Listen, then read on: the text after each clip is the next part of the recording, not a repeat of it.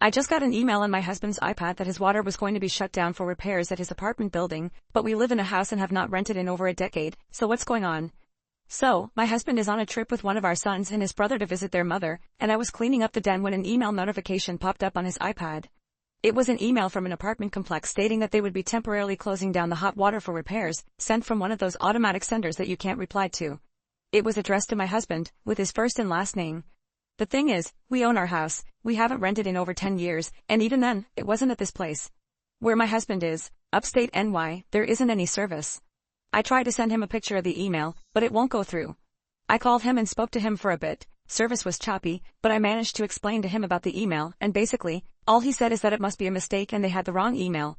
We weren't able to say much before the call dropped, but if it was a wrong email, how would they have his first and last name, all spelled correctly? There weren't any other emails from the sender or about this apartment complex in my husband's emails, but he is also the kind who clears out his inbox as he gets messages. I sent a message to the apartment complex, telling them that I think my husband was on their email list by mistake, but I just got an automatic email sent back, that they were out of the office until Monday, and then general rent information pricing, and that there were no open units available. There was no unit number on the email, but the complex is about 15 minutes away from our house, so I went and drove by, which I guess might be a little crazy, I know. I don't know what else I was expecting. It's a group of buildings, less than 100 apartments in all. I don't have any reason to mistrust my husband other than this weird email that gives me a strange feeling in the pit of my stomach, as well as a general feeling of paranoia that he's just been, for a lack of better words, bored with me. I've been feeling this way for a little while, but he insists I'm imagining it and that he's happy. We still do things together, he still tells me he loves me, etc. I just feel like he doesn't have as much fun with me as he used to, and like he looks for reasons to be out of the house or doing things specifically with the boys instead of doing things with the whole family. It's not like it's something that bothers me every day, just something that I think about when I'm feeling insecure or paranoid, like in a situation like this where he gets an email from random apartment complexes, lol. Anyway, I don't know exactly what advice I'm looking for. I know the advice I would have for one of my friends would be just to talk to him, but I really can't do that until he comes home on Saturday, which is a really long time for me to sit with my intrusive thoughts. Edit. He never lived here in the past. He lived with his parents until college, and then lived in a dorm, and then at every place he rented was with me. We've been dating since we were 19. Update 1. Yesterday, I posted about an email I had received on my husband's email from an apartment complex discussing water repairs.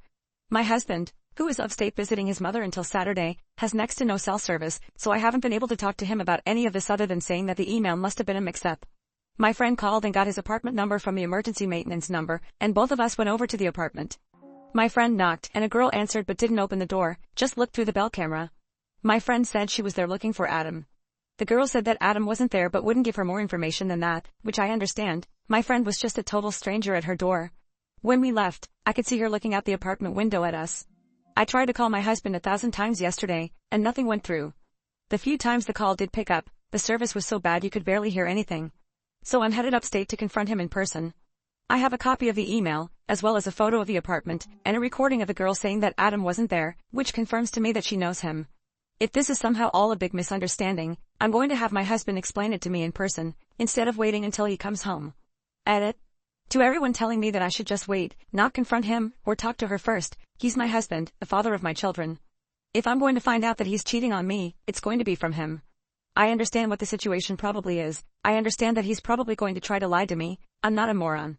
Update 2. I went to confront my husband. He knew the minute my car pulled up what was going on. He came outside to meet me, and the first thing he said was, "Did you go to the apartment?" I told him yeah, and then he said, "So I guess we have to have a talk," and again, I said yeah. I'm not going to get into the exact details of it.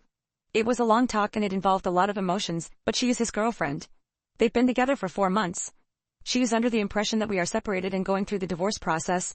His family wasn't aware of this. His brother and mother, who were there, were horrified. I left to go stay in a hotel. I'm sorry I don't have more to say. I've already contacted a divorce lawyer, a therapist, and a financial advisor. Thanks to everyone for your support.